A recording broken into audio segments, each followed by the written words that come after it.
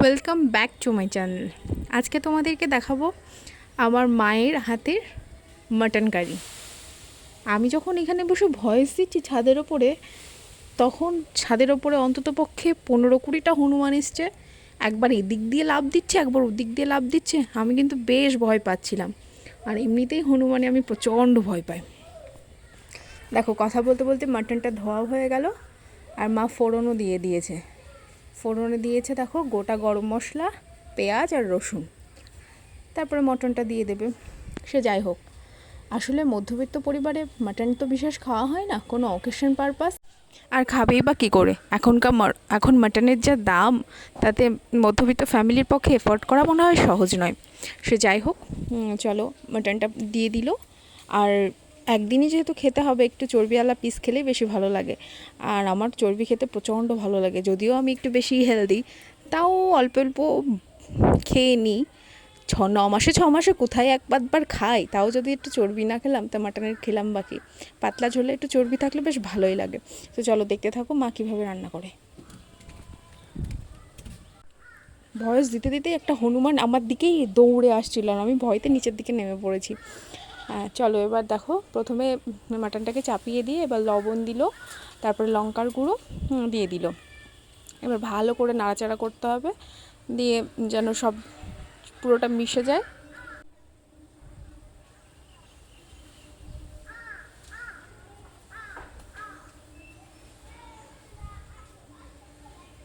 ও তার মধ্যে তোমাদেরকে বলাই হয়নি, প্রথমেই মা কিন্তু আলুটা ভেজে নিয়েছে। এবার দিয়ে দিল এটা মনে হয় গরম মশলা পাউডার। এবার দিয়ে দিল হলুদ। হলুদ দেওয়ার পরে অল্প একটু জল দিয়ে দেবে, হাত দিয়ে ছিটিয়ে। হলুদ দেওয়ার জল, তেলের ওপরে হলুদ দিলে না কেমন একটা কালার হয়ে যায়, কালো কালো, ওই জন্য তেলের ওপরে হলুদ আমার মা দেয় না। আর আমরা তেলে মশলা কষিয়েও বিশেষ মাটন রান্না করি না, মাটন চিকেন যাই বলো না কেন, ওই মাংসের ওপরেই আমি বেশিরভাগটা দিই। তাহলে দেখবে ফ্লেভারটা অন্য রকম একটা হয়। করে খেয়ে দেখবে। তার মধ্যে আমার মা মশলাও বেটে নিয়েছে, আদা, জিরে, পেঁয়াজ, লঙ্কা, কাঁচা লঙ্কা, অল্প একটু কাশ্মীরি লঙ্কার গুঁড়ো দিয়েছে, আর কাঁচা লঙ্কা দিয়েই রান্নাটা হবে। চলো, ভালো করে কষানো হয়ে গেল। মশলা দিয়ে কষিয়ে নিয়ে এবার দিয়ে দেবে জল।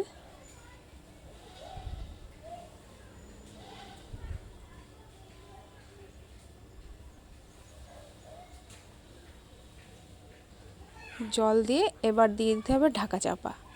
মাটনটাকে সিদ্ধ হতে দিতে হবে ভালো করে। ও তার মধ্যে আলুটাকেও দিয়ে দিল দেখো।